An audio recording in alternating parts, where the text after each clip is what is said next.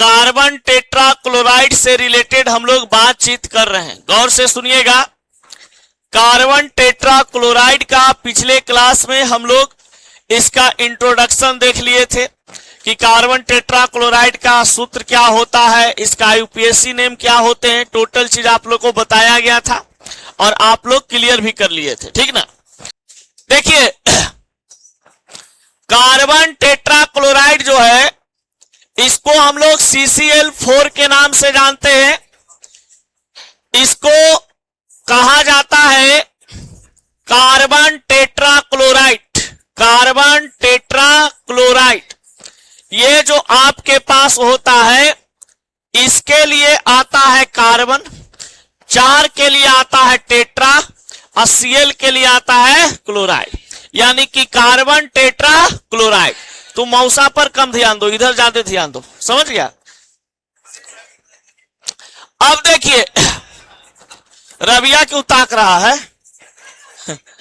आईयूपीएससी नाम, आईयूपीएससी नाम में यहां पे समझेंगे। सबसे पहले यहां पर टोटल नंबर ऑफ कार्बन कितना होता है, तो इसका नाम हो गया टेट्रा, Cl का नाम होता है क्लोरो और एक कार्बन को क्या बोलते हैं, मीथेन। Carbon टेट्राक्लोरो methane. इसका स्ट्रक्चर भी हम लोग जानते हैं कि इस प्रकार से इसका स्ट्रक्चर होता है, नहीं। चलिए, ये सब बात हम लोग पिछले क्लास में कर चुके हैं। अब आता है इंपॉर्टेंट पॉइंट जहां से आपका क्वेश्चन आते हैं। देखिएगा, carbon tetrachloride is produce in large scale bye chlorination of methane in presence of light. यानी कहने का मतलब है यहां पे कि जब मीथेन को, यानी कि आपके पास अगर मीथेन की उपस्थिति होती है, मीथेन की उपस्थिति होती है और मीथेन को सूर्य प्रकाश के उपस्थिति में, यानी कि यहां पे आपका सनलाइट होता है और सनलाइट होगा भैया तो हीट की उपस्थिति होगी ही होगी, यानी ऊष्मा की उपस्थिति होगा। अब जैसे ही क्लोरीनीकरण करने की बात करते हैं तो क्लोरीनीकरण कहने का मतलब है कि यहां पर क्लोरीन के साथ उपस्थिति, क्लोरीन के साथ अभिक्रिया।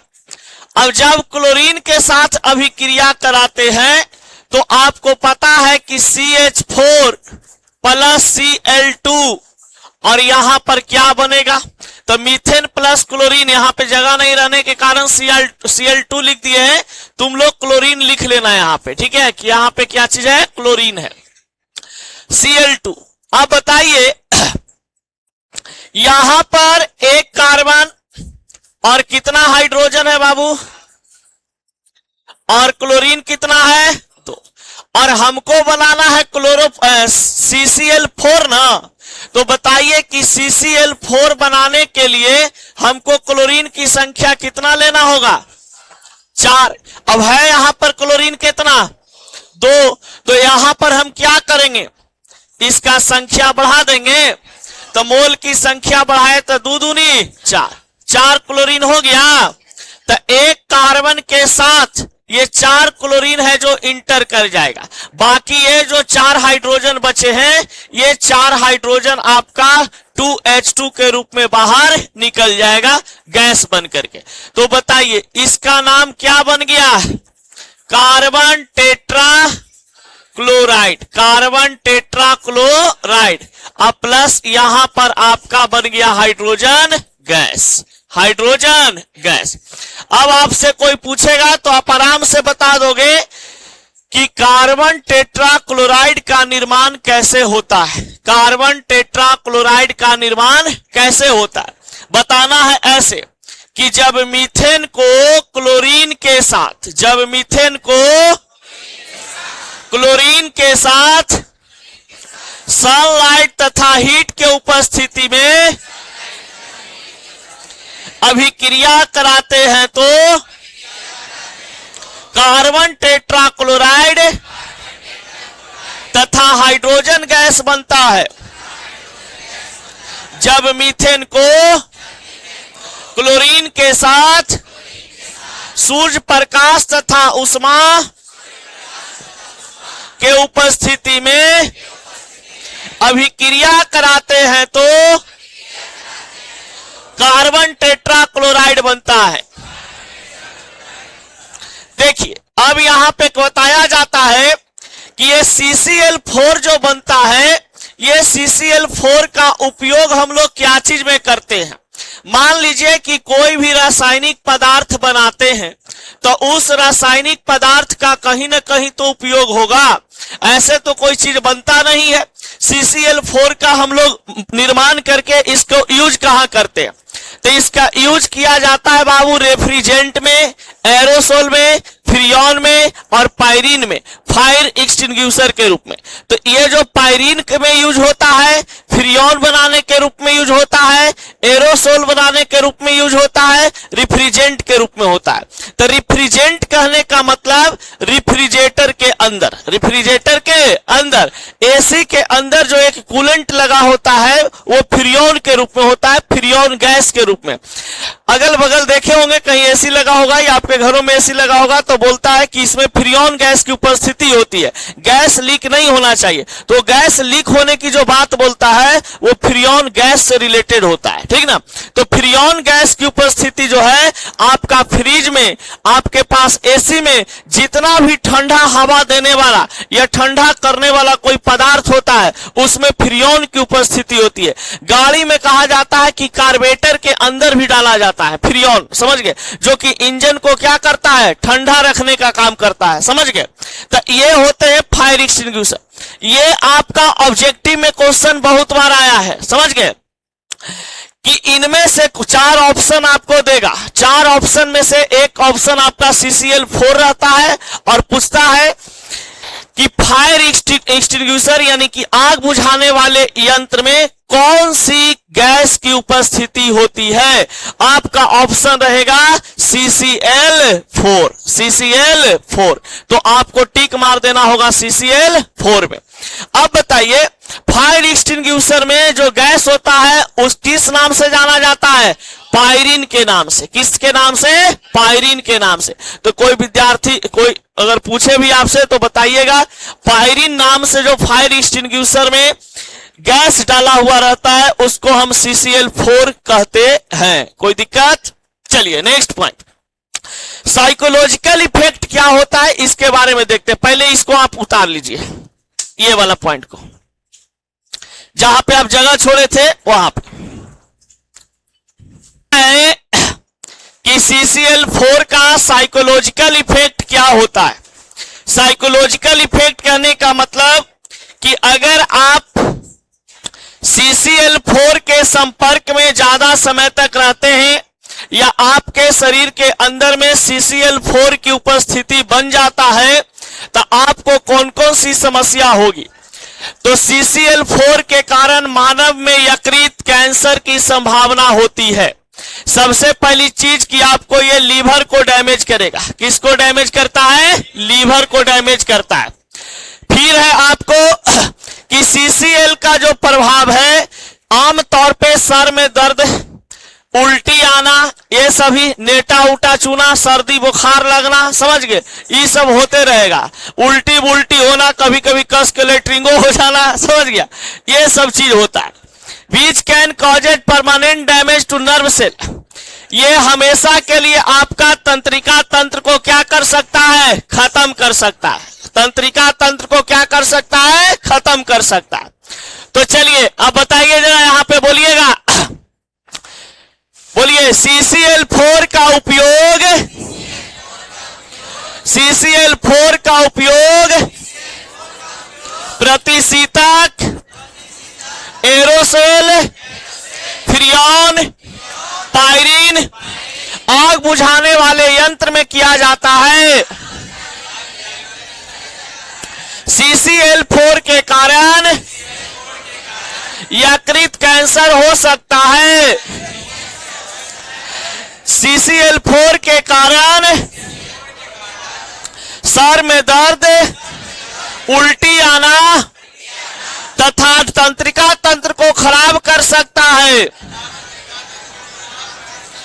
कोई दिक्कत? चलिए, हाँ चलिए बाबू, टॉपिक बनाइए फ्रियोन्स।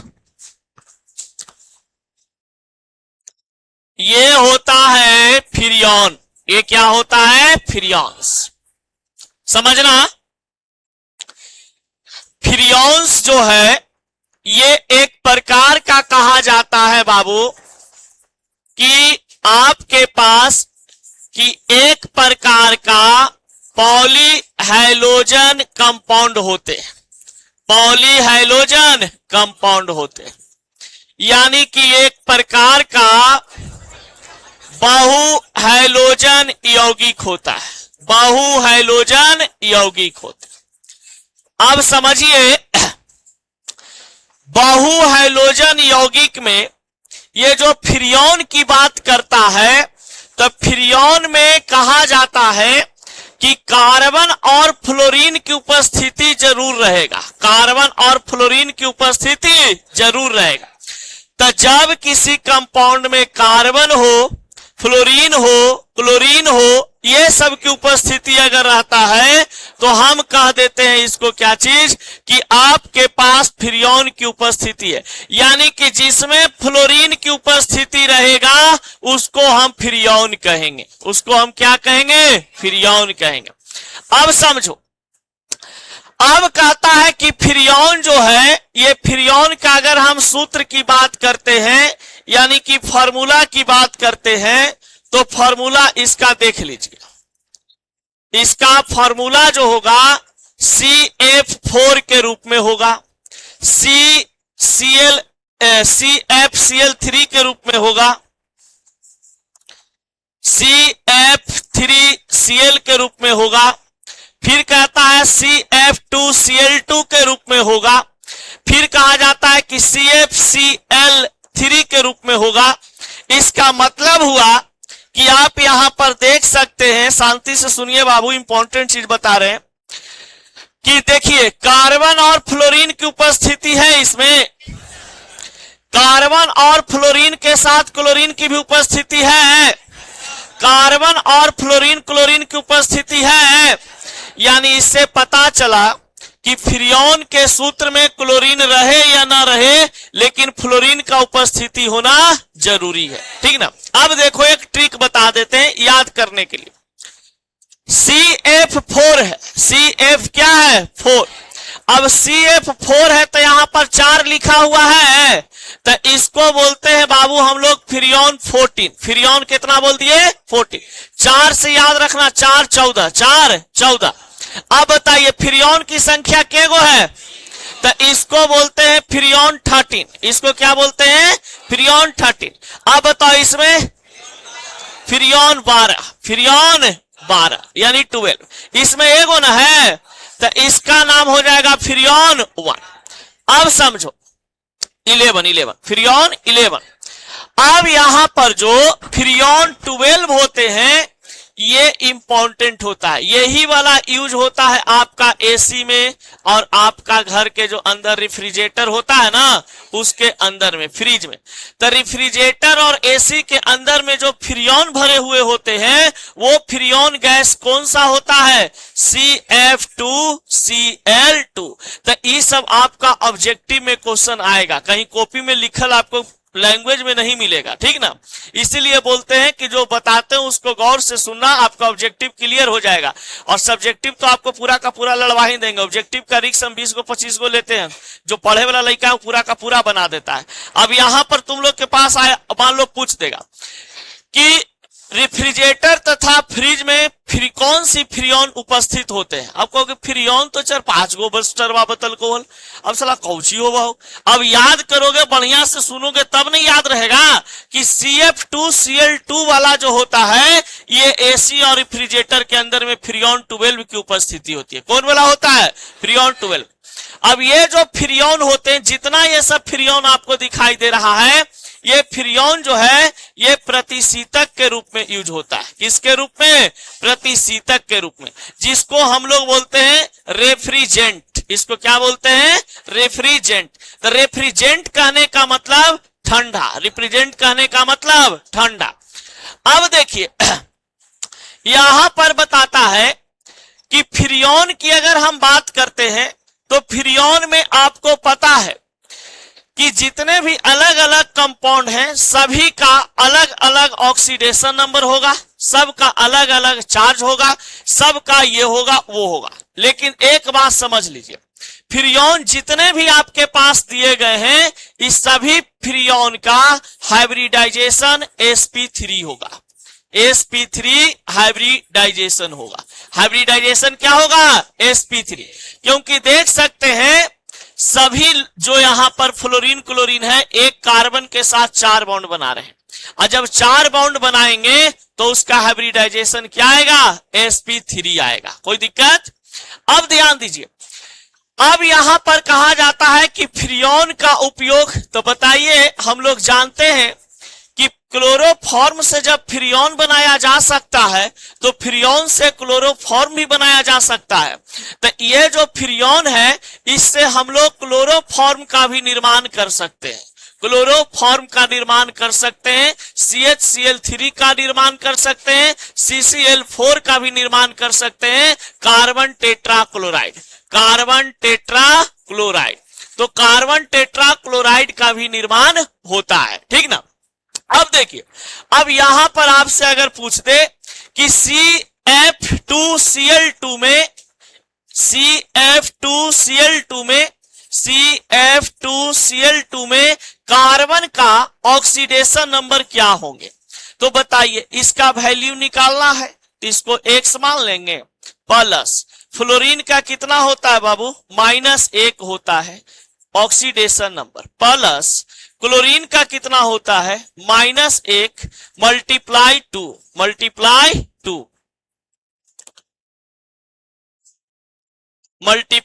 2। अब बताइए कोई कंपाउंड होता है तो किसके बराबर होता है? 0 के बराबर। कोई चार्ज तो नहीं दिया गया है। अब इसको कैलकुलेट कर दो, x -2 प्लस -2 बराबर 0, x -2 बराबर 0, x सब ऊपर जाएगा तो +2 तो x बराबर कितना हो गया? +4। x आप किसको माने थे? कार्बन का, तो कार्बन का वैल्यू आ गया ऑक्सीडेशन नंबर में कितना? 4। अगर इससे भी शॉर्टकट तरीका से बनाना है तो देख लो, एक क्लोरीन का वैल्यू -1 होता है, तो एक क्लोरीन का -1 तो 2 क्लोरीन का, एक फ्लोरीन का वैल्यू -1 होता है तो 2 फ्लोरीन का माइनस। अब बताइए -2 -4 हो रहा है, तो इस कंपाउंड को 0 बनाने के लिए कार्बन का वैल्यू हमको कितना लिखना पड़ेगा? +4। कोई दिक्कत? तब बताइए फ्रियोन एक प्रकार का क्या होता है? पॉलीहाइड्रोजन कंपाउंड, बहु हाइड्रोजन यौगिक। बोलिएगा, फ्रियोन एक प्रकार का बहु हाइड्रोजन यौगिक होता है। Freon is a type of polyhydrogen compound. Freon के पास कार्बन तथा फ्लोरीन की उपस्थिति होती है। Freon having carbon and fluorine. Freon का सूत्र CF4 CF3Cl CF2Cl2 CFCl3 होता है। CF4 को फ्रियोन 14 कहते हैं, CF3Cl को फ्रियोन 13 कहते हैं, CF2Cl2 को फ्रियोन 12 कहते हैं, CFCl3 को फ्रियोन 11 कहते हैं। एसी तथा फ्रीज में फ्रियोन 12 का उपयोग होता है। फ्रियोन प्रतिशीतक के रूप में, रिफ्रिजेंट के रूप में काम आता है। फ्रियोन में हाइब्रिडाइजेशन sp3 होता है। फ्रियोन में कार्बन का संकरण sp3 होता है।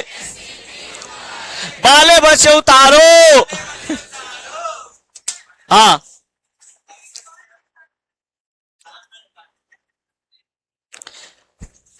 ये रह भी सकता, देखो यहां पे है क्लोरीन, नहीं है, तो यो फ्रियोन है कि नहीं है, तो इसमें जरूरी हो गया कि CF रहना जरूरी है, क्लोरीन रहे या ना रहे, इसमें क्लोरीन तो नहीं है, इसीलिए ही बोला गया। देखो नीचे लिखल भी है CFCl की उपस्थिति। हाँ, लिखिए types of Freon, types of Freon, इसमें सब तो बता ही दिया आप लोगों को, खाली लैंग्वेज लिखवाना है। इसका लैंग्वेज लिख लोगे कि लिखवा दें? चलो कोई बात नहीं, लिखो इसको, पहले इसको मैं एक्सप्लेन कर देंगे। टाइप ऑफ फ्रियोन, फ्रियोन के प्रकार, उसका तो के प्रकार में कहा जाता है कि फर्स्ट नंबर में आपका आता है CF4, इसको हम लोग CF4 को बोलते हैं। इसका अगर कॉमन नाम कोई आपसे पूछे, यानी कि साधारण नाम की बात करे, शांति से सुनो, साधारण नाम यदि कोई आपसे पूछता है तो इसको हम बोलेंगे टेट्राफ्लोरोमीथेन, टेट्राफ्लोरो, नहीं सॉरी सॉरी, ये IPSC नाम बन गया इसका। इसका कॉमन नेम बनेगा कार्बन टेट्राफ्लोराइड, कार्बन टेट्राफ्लोराइड। आवाज आ रहा है कहीं पर हमारे कान में? अब देखिए IUPAC नाम, IUPAC नाम में लिखेंगे बाबू टेट्रा, 4 के लिए आ गया टेट्रा, F के लिए हम क्या लिखेंगे? फ्लोरो, और कार्बन के लिए लिखेंगे मीथेन, कार्बन के लिए क्या लिखेंगे? मीथेन, ठीक ना। अब यहां पर इसका हाइब्रिडाइजेशन यदि पूछता है कि इसमें इसका हाइब्रिडाइजेशन क्या होगा, तो हाइब्रिडाइजेशन कहने का मतलब संकरण होता है। तो संकरण बताइए, ये 4 बॉन्ड बनाएगा ना, 1 2 3 और 4, तो जब 4 बॉन्ड बनाएगा तो इसका हाइब्रिडाइजेशन कार्बन का कितना निकल जाएगा? sp3, sp3। अब देखिए यहां पर दिया हुआ है फ्रियोन 13, तो फ्रियोन 13 का कॉमन नाम क्या हो जाएगा? CF3Cl है, तो यहां पर हम लोग लिख सकते हैं, ये फ्रियोन फॉर्म के नाम से हम लोग जानते हैं, फ्रियोन फॉर्म, जैसे क्लोरोफॉर्म बनाता था ना, उसी प्रकार से फ्रियोन फॉर्म। और यहां पर IUPAC नाम जो है इसका क्या हो जाएगा, तो बताइए। सबसे पहली बात कि ट्राइफ्लोरो, लेकिन ABCD में पहले C आएगा कि F आएगा? C आएगा ना, तो लिखेंगे क्लोरो ट्राइफ्लोरो फ्लोरोमीथेन, मीथेन। और इसका भी हाइब्रिडाइजेशन कितना हो जाएगा बाबू? इसका भी हाइब्रिडाइजेशन कितना हो जाएगा? sp3, क्योंकि स्ट्रक्चर बनाइएगा तो एक कार्बन के साथ एगो आपका, 3 गो आपका F और एगो आपका Cl जुटा हुआ है। तो बताइए कार्बन का हाइब्रिडाइजेशन कितना निकल के आ गया? sp3। कोई दिक्कत? चलिए नोट करिए जल्दी इसको फटाक से।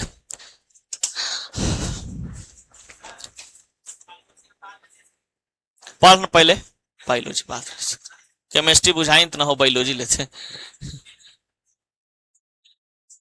चलो लिखो जल्दी, पिटाएगा, बदमाशी किया था।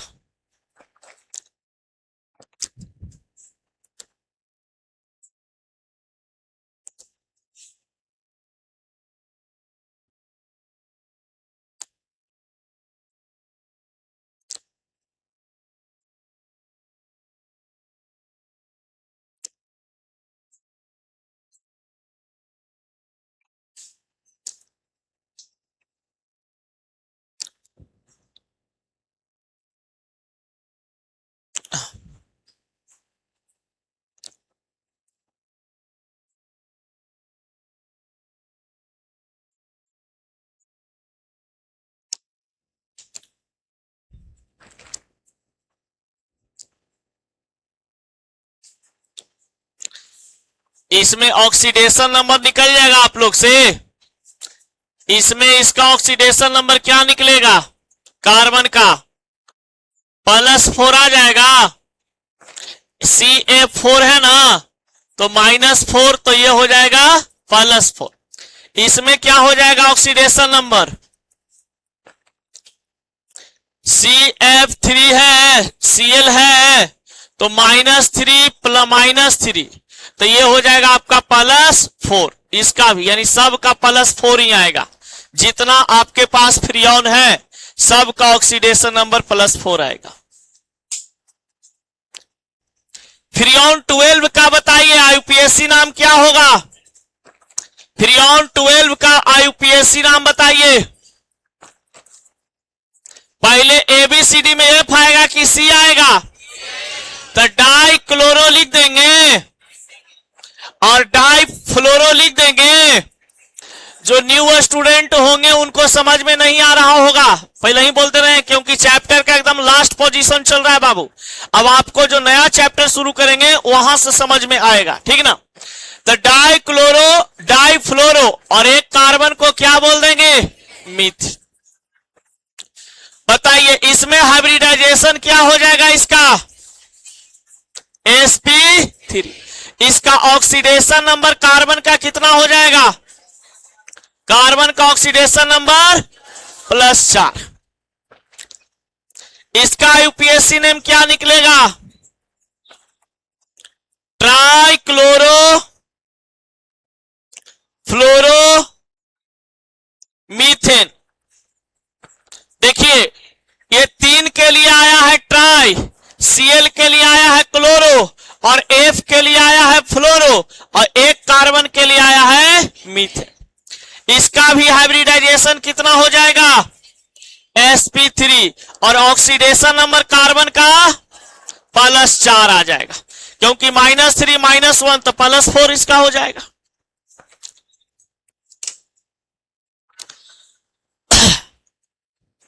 चलिए जल्दी जल्दी लिखिए, चैप्टर खत्म करने के फेर में लगे हुए आज। हाँ तुम लोग शांति से रहेगा, चैप्टर एकदम खत्म हो जाएगा। फ्रियोन 12 का उपयोग एक ही है।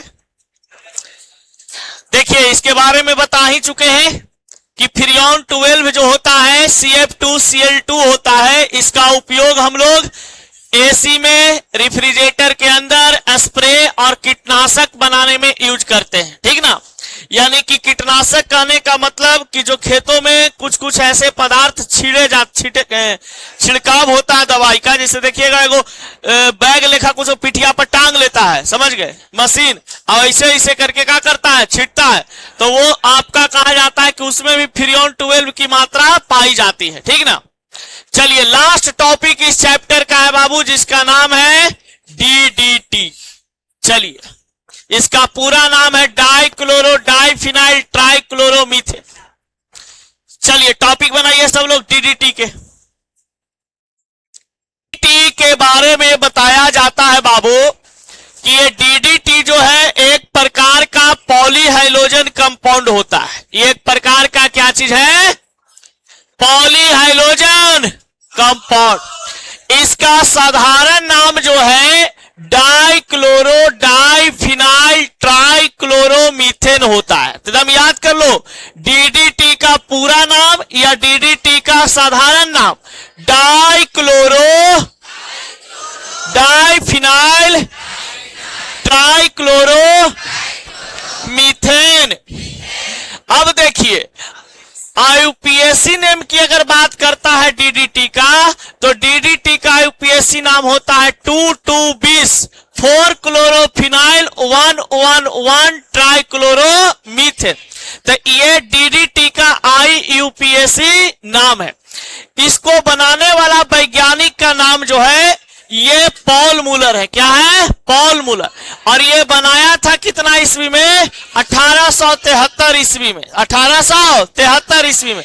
और ये इसका उपयोग किया गया था कब, 1939 के समय, जब सेकंड वर्ल्ड वॉर हुआ ना, तो उस समय कहा जाता है कि जर्मनी में पूरा लाश लग गया, पूरा एकदम गंध मारने लगा, पूरा एकदम मतलब गमक मारने लगा। उस समय यही डीडीटी का छिड़काव किया गया था सबके लाशों पर, क्योंकि 1939 ईस्वी में सेकंड वर्ल्ड वॉर हुआ था।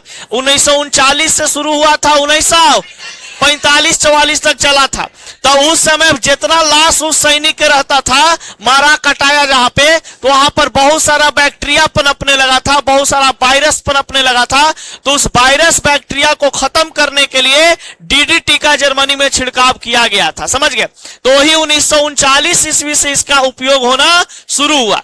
इसके लिए 1948 ईस्वी में पॉल मुलर को क्या मिलता है? नोबेल पुरस्कार मिलता है। हाँ, कौची बोल रही है? अच्छा ठीक।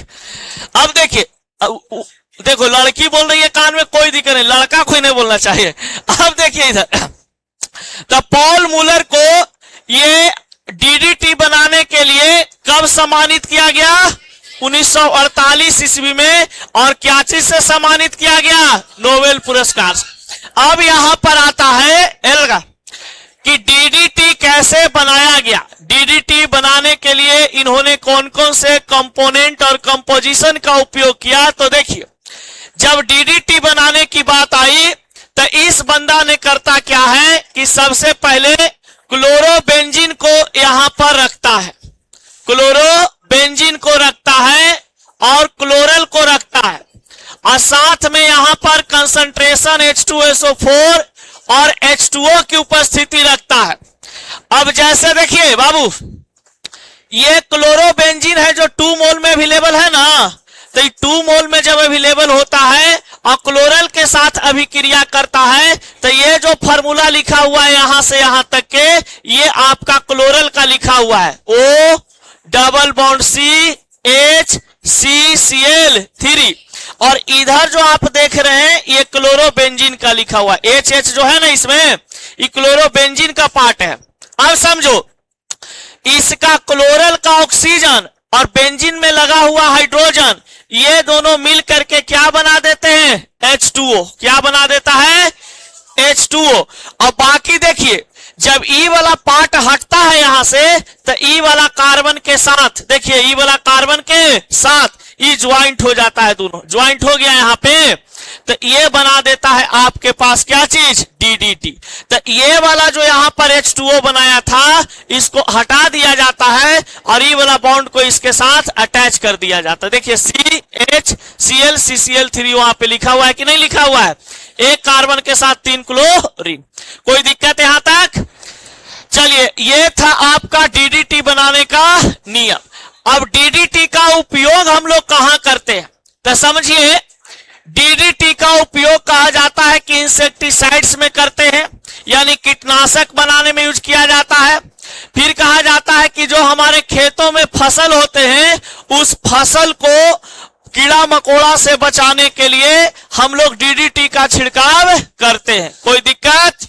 चलिए, अगर लिखना चाहते हैं तो लिख लीजिए इसको फटाक से, द एंड हो गया आपका चैप्टर, कोई दिक्कत नहीं है।